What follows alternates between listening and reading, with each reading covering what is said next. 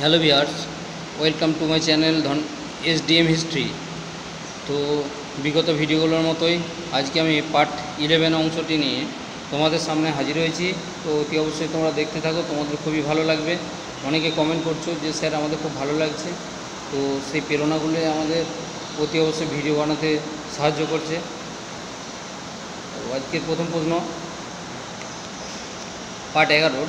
আজকে প্রথম প্রশ্ন, হরপ্পা সভ্যতায় 1921 খ্রিস্টাব্দে হরপ্পা কেন্দ্রের আবিষ্কার কে করেছিলেন? A Rakhaldas Bandyopadhyay, B Dayaram Sahni, C Alexander Cunningham, D KN Dikshit, Kashinath Dikshit. এর সঠিক উত্তর হবে অপশান বি, দয়ারাম সাহানি। হরপ্পা সভ্যতা কেন্দ্র আবিষ্কার করেছিলেন দয়ারাম সাহানি। 2 নম্বর প্রশ্ন, সিন্ধু সভ্যতায় কোন শস্যের ব্যবহার মানুষ জানত না? এ ধান, বি গম, সি তিল, ডি রাই। এর সঠিক উত্তর হবে অপশান এ, ধান। ধানের ব্যবহার মানুষ, সিন্ধু সভ্যতার মানুষ জানতো না, বাদ বাকিগুলো সব জানতো। পরের প্রশ্ন, বৌদ্ধ ধর্মের কোন পিটকে বৌদ্ধ দার্শনিক তত্ত্বের আলোচনা করা হয়েছে? A Vinaya Pitaka, B Sutta Pitaka, C Abhidhamma Pitaka, D Nanak Pitaka. এর সঠিক উত্তর হবে অপশান সি, অভিধম্ম পিটক।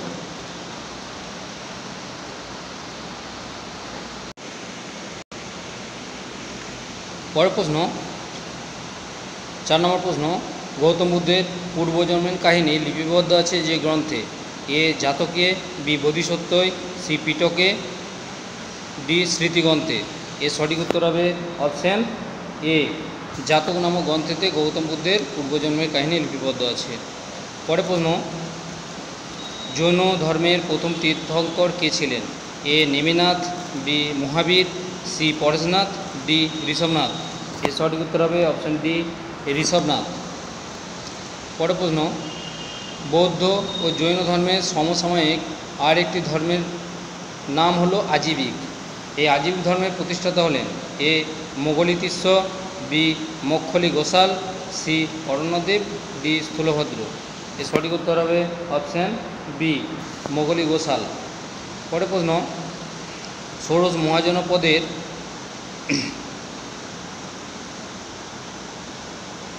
বেশিরভাগই ছিল রাজতান্ত্রিক, তবে দুটি গণরাজ্য ছিল। মানে ষোড়শ মহাজনপদের বেশিরভাগই ছিল রাজতান্ত্রিক, তবে দুটি গণরাজ্য হলো, এটা বেশিরভাগই হবে রাজতান্ত্রিক, তবে দুটি গণরাজ্য হলো এ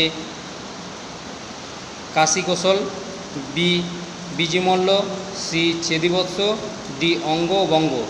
তাহলে দুটি গণরাজ্যের নাম হলো অপশান বি, বিজি এবং মল্ল ছিল গণরাজ্য। পরের প্রশ্ন, ষোড়শ মহাজনপদের মধ্যে মগধের সাফল্যের প্রধান মগধের সাফল্যের প্রধান কারণ হলো?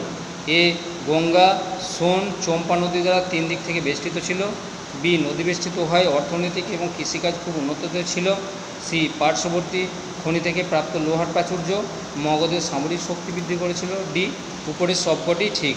এর সঠিক উত্তর হবে অপশান ডি, উপরের সবকটি ঠিক। পরের প্রশ্ন, 330 খ্রিস্টপূর্বাব্দে গোগোমেলার যুদ্ধে আলেকজান্ডার কোন পার্সিক অ্যাকামেনীয় শাসককে পরাজিত করেছিলেন? এ প্রথম দারায়ুস, বি দ্বিতীয় দারায়ুস, সি তৃতীয় দারায়ুস, ডি চতুর্থ দারায়ুস। এর সঠিক উত্তর হবে অপশান সি, তৃতীয় দারায়ুস। পরের প্রশ্ন, আলেকজান্ডারের ভারত অভিযানের উদ্দেশ্য ছিল? এ একটি বিশাল সাম্রাজ্য প্রতিষ্ঠা করা, বি ভারতে অপরিমিত ধনসম্পদ আহরণ করা, সি পারস্য জয়পুরে ভারতের উত্তরাধিকার প্রশমনের প্রদেশগুলিকে জয় ও শক্তিশালী ভারতের উত্তর পশ্চিম দিকের প্রদেশগুলির জয় এবং শক্তিশালী করা, আর ডি হচ্ছে উপরের সবকটি ঠিক। এর সঠিক উত্তর হবে অপশান ডি, উপরের সবকটি ঠিক। পরের প্রশ্ন, আলেকজান্ডার 326 খ্রিস্টপূর্বাব্দে ভারতবর্ষ আক্রমণ করলে প্রথম তার বশ্যতা স্বীকার করেছিলেন যে রাজা? খুব গুরুত্বপূর্ণ প্রশ্ন এটি। এ অম্ভি, বি পুরু, সি লক্ষণ, ডি রাজু। তো অতি অবশ্যই বশ্যতা স্বীকার করে নিয়েছিলেন যে রাজা, সেটা হচ্ছে যে রাজা তার নাম হচ্ছে অম্ভি। কেমন? পরে প্রশ্ন, চন্দ্রগুপ্ত মৌর্যের প্রধান মন্ত্রণাদাতা কে ছিলেন? A Chanakya, B Jivaka, C Sushruta, D Charaka. এর সঠিক উত্তর হবে চন্দ্রগুপ্ত মৌর্যের প্রধান মন্ত্রণাদাতা ছিলেন চাণক্য। পরে প্রশ্ন, চাণক্য বা কৌটিল্য অথবা বিষ্ণুগুপ্ত এর নিবাস কোথায় ছিল? A Ayodhya, B Pataliputra, C Ujjayini, D Takshashila. এর সঠিক উত্তর হবে অপশান ডি তক্ষশিলা। পরে প্রশ্ন, অমিত্র ঘাত বা অমিত্রাঘাত ব্র্যাকেটে যার বাংলা অর্থ হচ্ছে শত্রু দমনকারী, কে উপাধি নিয়েছিলেন? A Bimbisara, B Ashoka, C Bindusara, D Ajatashatru. এর সঠিক উত্তর হবে অপশান সি বিন্দুসার। অমিত্রাঘাত বা শত্রু দমনকারী উপাধি নিয়েছিলেন। পরে প্রশ্ন একটু বেশি করে আছে, সিংহলীর বৌদ্ধ গ্রন্থ মহাবংশ থেকে জানা যায় যে পিতা বিন্দুসারের মৃত্যুর পর সিংহাসনে বসার জন্য অশোক ভাতৃযুদ্ধে লিপ্ত হন এবং ৯৯ জন ভাইকে হত্যা করে সিংহাসনে বসেছিলেন। সেই জন্য অশোককে বলা হতো কি? A Buddhashoka, B Chandashoka, C Dharmashoka, D Rajashoka. এর সঠিক উত্তর হবে অপশান বি, অশোককে চণ্ডাশোক বলা হতো, অপশান বি। পরে প্রশ্ন, অশোকের ধর্মদূত হিসাবে মহারক্ষিত কোন দেশে গিয়েছিলেন? এ গ্রিক দেশে, বি রোমান দেশে, সি চীন দেশে, ডি সিংহল দেশে। তো অতি অবশ্যই মহারক্ষিত গিয়েছিলেন, এ গ্রিক দেশে গিয়েছিলেন। পরে প্রশ্ন, মৌর্য সাম্রাজ্যে অ্যাগ্রোনোময় কাদের বলা হতো? রাজ্য শাসনের দায়িত্বপ্রাপ্ত কর্মচারী, বি জেলা শাসনের দেয় ভারপ্রাপ্ত কর্মচারী, সি পৌর শাসনের দায়িত্বপ্রাপ্ত কর্মচারী, ডি গ্রাম শাসনের দায়িত্বপ্রাপ্ত কর্মচারী। এর সঠিক উত্তর হচ্ছে জেলা শাসনের যারা ভারপ্রাপ্ত কর্মচারী, জেলা শাসনের ভারপ্রাপ্ত কর্মচারীকে অ্যাগ্রোনোময় বলা হতো। পরে প্রশ্ন, মৌর্য শাসনে দণ্ড সমতা বলতে বোঝায়? এ সম অপরাধের জন্য সমান সকলের দণ্ড, বি অসমান অপরাধের জন্য সমান দণ্ড, সি সমান অপরাধের জন্য অসমান দণ্ড, ডি অসমান অপরাধের জন্য অসমান দণ্ড। এর সঠিক উত্তর অপশান এ সম অপরাধের জন্য সমান সকলের দণ্ড, অর্থাৎ রাজার ছেলেই হোক বা গরিব পরিবারই হোক, যদি অপরাধ করে তার জন্য সকলের অপরাধ সমান, এখানে কম বেশি বলে কিছু নেই। এইটা হচ্ছে দণ্ড সমতার মূল কথা ছিল। পরে প্রশ্ন, মৌর্য সাম্রাজ্যের কণ্টক শোধন বলতে বোঝায়? এ রাজ্য বিচারালয়, বি দেওয়ানি বিচারালয়, সি ফৌজদারি বিচারালয়, ডি গণবিচারালয়। এর সঠিক উত্তর হবে অপশান সি ফৌজদারি বিচারালয়, অপশান সি। পরে প্রশ্ন, মৌর্য প্রশাসনের যে সকল কর্মচারীরা হিসাবরক্ষক এবং বিভিন্ন বিভাগের তত্ত্বাবধায়কের কাজ করতেন তাদের বলা হতো? এ যুক্ত, বি রজুক, সি ধর্মস্থির, ডি কাজী। এর সঠিক উত্তর হবে অপশানে যুক্ত, বলা হতো যুক্ত। পরে প্রশ্ন 21 নম্বর প্রশ্ন, ভারতবর্ষে বিখ্যাত গান্ধার শিল্পের উত্থান হয়েছিল কোন যুগে? এ মৌর্য যুগে, বি সেন যুগে, সি শুঙ্গ যুগে, ডি কুষাণ যুগে। এর সঠিক উত্তর হবে অপশান ডি কুষাণ যুগে ভারতে গান্ধার শিল্পের উত্থান হয়েছিল। পরে প্রশ্ন, শকাব্দ কবে প্রবর্তিত হয়েছিল? এ 72 অব্দে, বি 74 অব্দে, সি 76 অব্দে, ডি 78 অব্দে।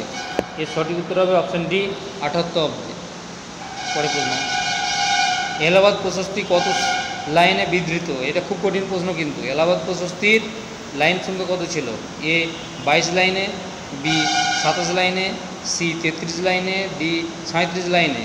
তো বলে রাখি এলাহাবাদ প্রশস্তিটা সংস্কৃত ভাষাতে ছিল এবং এর লাইন সংখ্যা ছিল অপশান সি 33টা লাইন ছিল। পরে প্রশ্ন, ঐতিহাসিক ডক্টর গোয়াল এর মতে গুপ্তদের আদি বাসস্থান ছিল? এ এলাহাবাদ, বি দিল্লি আগ্রা, সি মগধ পাটলিপুত্র, আর ডি রাজপুতানা উদয়পুর। এর সঠিক উত্তর হবে অপশান এ। ঐতিহাসিক ডক্টর গোয়ালের মতে গুপ্তদের আদি বাসস্থান ছিল এলাহাবাদ সারনাথ। পরে প্রশ্ন, এলাহাবাদ প্রশস্তি থেকে জানতে পারা যায় যে সমুদ্রগুপ্ত দক্ষিণ ভারতে 12 জন রাজাকে পরাজিত করেছিলেন, ঠিক কথা। তাদের মধ্যে দেবরাষ্ট্রের কে ছিলেন, মানে দেবরাষ্ট্রের রাজা কে ছিলেন যাকে পরাজিত করেছিলেন? A Hastivarman, B Nilaraja, C Kubera, D Ugrasena. এর সঠিক উত্তর হবে অপশান সি কুবের। পরের প্রশ্ন, সমুদ্রগুপ্তের সাম্রাজ্য বিস্তারের প্রধান উদ্দেশ্য কী ছিল?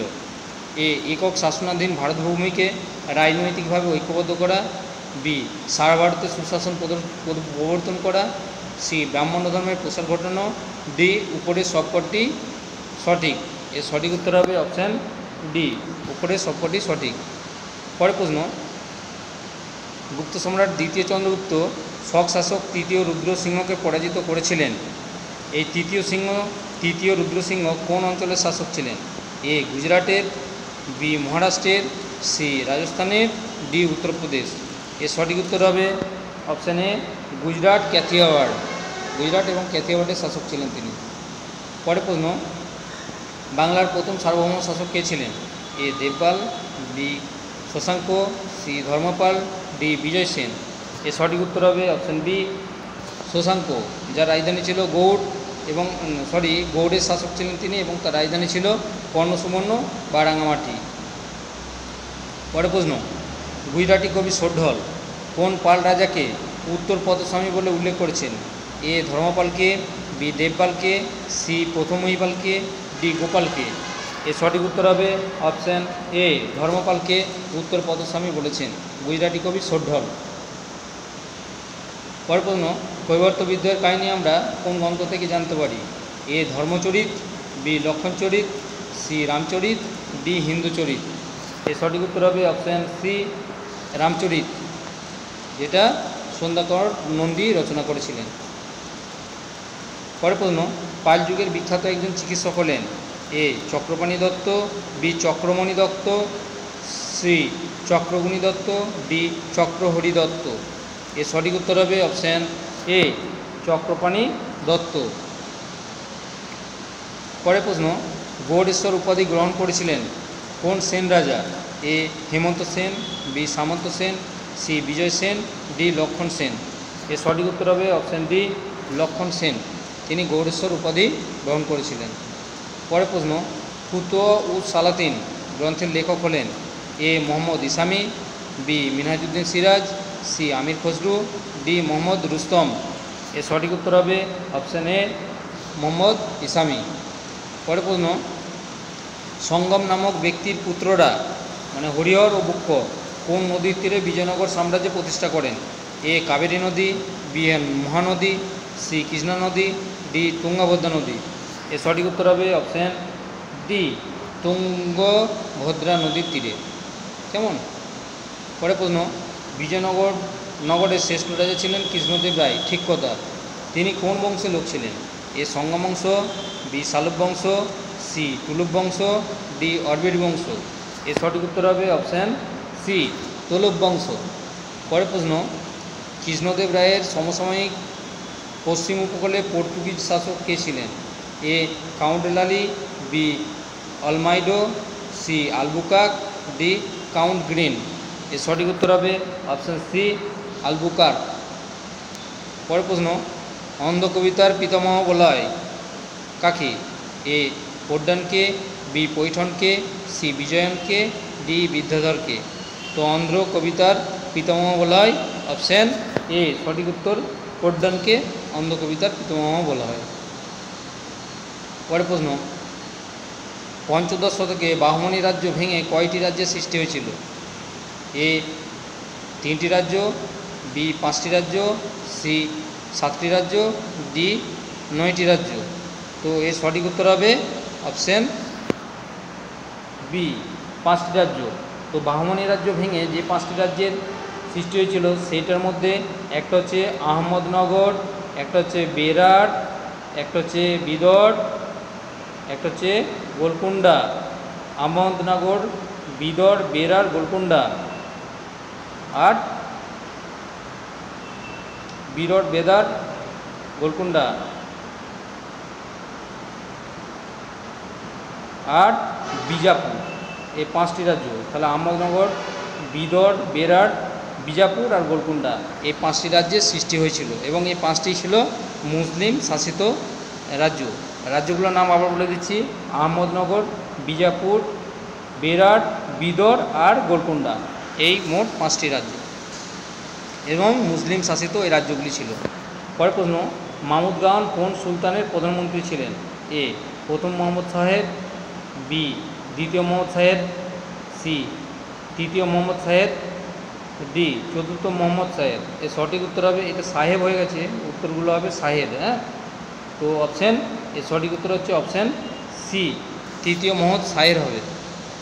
পরের প্রশ্ন: বিজয়নগর সাম্রাজ্য কয়েকটি প্রদেশে বিভক্ত ছিল, সেই প্রদেশগুলির শাসনকর্তাকে বলা হতো: এ নায়েক, বি অমরম, সি পলিগার, ডি বিশ্বাসম।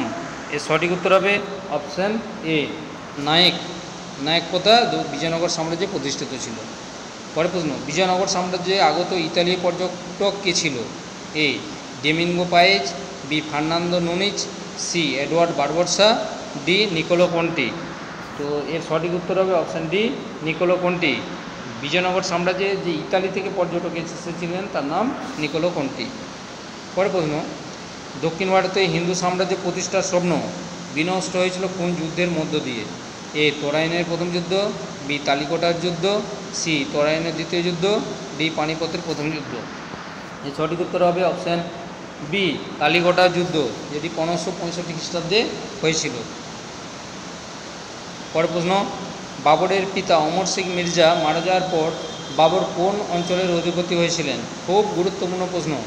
এ ইরানের, বি কাবুলের, সি করাচির, ডি ফারঘানার। এর সঠিক উত্তর হবে অপশান ডি, ফারঘানার। পরের প্রশ্ন: বাবর 1503 খ্রিস্টাব্দে আর্চিয়ানের যুদ্ধে কার কাছে পরাজিত হয়ে ফারঘানা ও সমরখন্দ হারিয়েছিলেন? A Cyrus, B Sarfaraz Khan, C Shaybani Khan, D Mohammad Murtaza. এর সঠিক উত্তর হবে অপশান সি, সাইবানি খাঁয়ের কাছে। পরের প্রশ্ন: বাবরকে ভারত আক্রমণে কে আমন্ত্রণ জানিয়েছিলেন? A Ibrahim Lodi, B Mohammad Lodi, C Sikandar Lodi, D Daulat Khan Lodi. তো বাবরকে ভারত আক্রমণে আমন্ত্রণ জানিয়েছিলেন তিনি হলেন, সঠিক উত্তর হচ্ছে অপশান ডি, দৌলত খাঁ লোদি। কেমন? এবং দৌলত খাঁ ছিলেন ইব্রাহিম লোদির খুড়তুতো কাকা। পরের প্রশ্ন: ভারতে তুলগুমা ও রুমি কৌশলের জনক কে ছিলেন? A Akbar, B Babur, C Humayun, D Sher Shah. এর সঠিক উত্তর হবে অপশান বি, বাবর। কারণ এই বাবর তুলগুমা আর রুমি কৌশলের মধ্য দিয়ে ভারতে তার প্রথম সাফল্য এসেছিল। তুলগুমা হচ্ছে একটা বিদ্যুৎ বেগে ঘোড়া ছুটে যাবে এবং শত্রুপক্ষকে ছত্রভঙ্গ করবে। আর রুমি কৌশল ছিল কি না, কৃত্রিম প্রাচীর তৈরি। তাতে কি দিয়ে করবে না, যে সমস্ত ঘোড়ার গাড়ি ছিল বা উটের গাড়ি ছিল বা যে সমস্ত জিনিস তারা ব্যবহার করবে সেগুলো সামনে একটা কৃত্রিম একটা সীমারেখা তৈরি করে উঁচু একটা বাংকার তৈরি করতো, শত্রুপক্ষ সরাসরি সেখানে অ্যাটাক করতে পারবে না। এটা ছিল রুমি কৌশল। পরে 1527 খ্রিস্টাব্দে বাবরের সঙ্গে খানোয়ার যুদ্ধ হয়েছিল কাদের? এটা খাওয়ার হয়ে গেছে, খানোয়ার হবে। 1527 খ্রিস্টাব্দে বাবরের সঙ্গে খানোয়ার যুদ্ধ হয়েছিল কার? এ রানা সংগ্রাম সিংয়ের, বি রানা অমর সিংয়ের, সি রানা প্রতাপ সিংয়ের, ডি রানা মান সিংয়ের। এর সঠিক উত্তর হবে অপশান এ, রানা সংগ্রাম সিংয়ের, অপশান এ।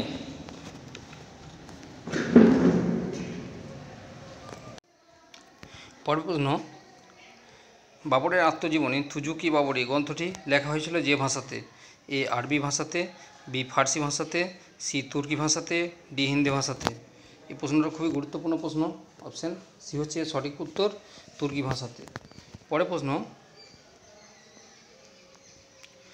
সুরজগড়ের যুদ্ধে শেরশাহের সঙ্গে জালাল খাঁ মাহমুদ খাঁয়ের যুদ্ধটি হয়েছিল। সুরজগড়ের যুদ্ধ শেরশাহের সঙ্গে বা শের খাঁয়ের সঙ্গে জালাল খাঁ এবং মাহমুদ খাঁয়ের হয়েছিল কবে? 1532 খ্রিস্টাব্দে, বি 1534 খ্রিস্টাব্দে, সি 1536 খ্রিস্টাব্দে, ডি 1538 খ্রিস্টাব্দে। এর সঠিক উত্তর হচ্ছে অপশান বি 1534। এটা খুব কঠিন প্রশ্ন, অতি অবশ্যই তোমরা মনে রাখবে। সুরজগড়ের যুদ্ধটা 1534 খ্রিস্টাব্দে হয়েছিল। কাদের মধ্যে? না শেরশাহের সঙ্গে জালাল খাঁ এবং মাহমুদ খাঁর মধ্যে হয়েছিল। পরের প্রশ্ন: শেরশাহ তার সাম্রাজ্যকে মোট কতগুলি সরকারে বিভক্ত করেছিলেন? এ 17টি, বি 23টি, সি 37টি, ডি 47টি। এর সঠিক উত্তর হবে অপশন ডি, 47টি সরকারে বিভক্ত করেছিল শেরশাহ তার সাম্রাজ্যকে। পরের প্রশ্ন, আকবরের সময় মোগল সাম্রাজ্য মোট কতগুলি প্রদেশে বা সুবাহতে বিভক্ত ছিল? এ 10টি, বি 12টি, সি 14টি, ডি 17টি। এর সঠিক উত্তর হবে অপশন বি, 12টি। পরের প্রশ্ন, বিখ্যাত কাঁদিদ গ্রন্থটির রচয়িতা হলেন? A Voltaire, B Rousseau, C Denis Diderot, D Montesquieu. এর সঠিক উত্তর হবে অপশন এ, ভলতেয়ার। পরের প্রশ্ন, 53 নম্বর প্রশ্ন, ফ্রান্সে যাদের নির্দিষ্ট পরিমাণ সম্পত্তি ছিল এবং সরকারকে কর দিত ও ভোটাধিকারের অধিকারী ছিল তাদেরকে বলা হতো? এ বিদেশি নাগরিক, বি সক্রিয় নাগরিক, সি নিষ্ক্রিয় নাগরিক, ডি অভিজাত নাগরিক। এর সঠিক উত্তর হবে অপশন বি, সক্রিয় নাগরিক।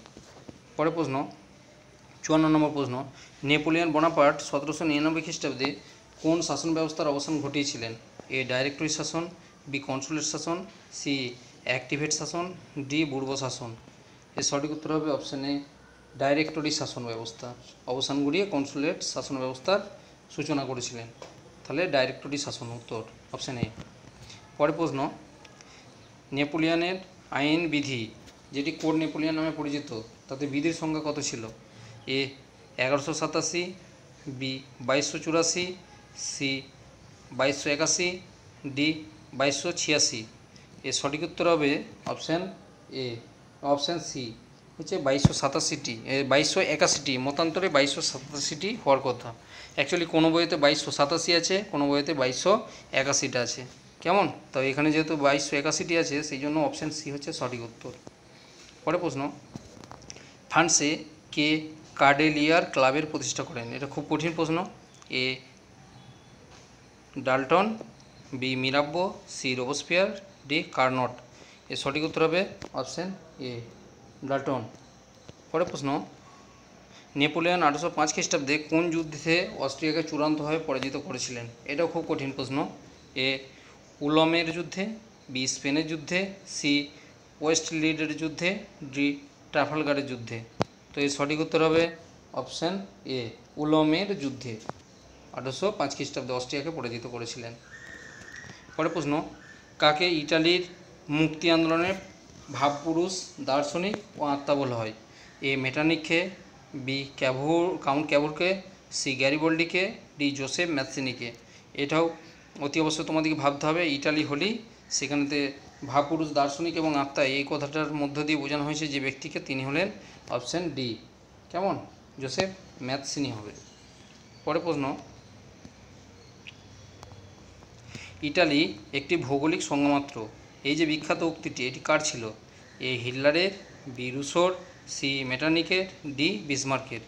এর সঠিক উত্তর হবে অপশান সি, মেটার্নিক বলেছিলেন ইটালি একটি ভৌগোলিক সংজ্ঞামাত্র, ওই ভিয়েনা সম্মেলনের পরবর্তী সময়ে বা ভিয়েনা সম্মেলনের সময় বলেছিলেন। পরের প্রশ্ন, হিটলার 1939 খ্রিস্টাব্দে, হিটলার 1939 খ্রিস্টাব্দে কবে, মানে কোন তারিখে পোল্যান্ড আক্রমণ করেছিলেন? A 1 September, B 2 September, C 3 September, D 4 September. এর সঠিক উত্তর হবে অপশান এ, 1 সেপ্টেম্বর আক্রমণ করেছিলেন পোল্যান্ড হিটলার, কিন্তু 3 সেপ্টেম্বর দ্বিতীয় বিশ্বযুদ্ধের সূচনা হয়, কারণ পোল্যান্ডকে সাহায্য করার জন্য ইংল্যান্ড, ফ্রান্স, রাশিয়া তাতে অংশ নেয়, যার ফলে একদিকে জার্মানি, ইটালি, জাপান এবং অপরদিকে ইংল্যান্ড, ফ্রান্স, রাশিয়া, পরে অবশ্যই আমেরিকা সহযোগিতা করেছিল। তো ভিউয়ার্স, আজ এই পর্যন্ত। আশা করি তোমাদের খুব ভালো লেগেছে। তো তোমরা অতি অবশ্যই আমার ভিডিওগুলো দেখবে, অবশ্যই লাইক দিবে এবং বন্ধুদের মধ্যে বেশি বেশি শেয়ার করবে, প্রয়োজনে তোমরা চাইলে সাবস্ক্রাইব করবে। ওকে।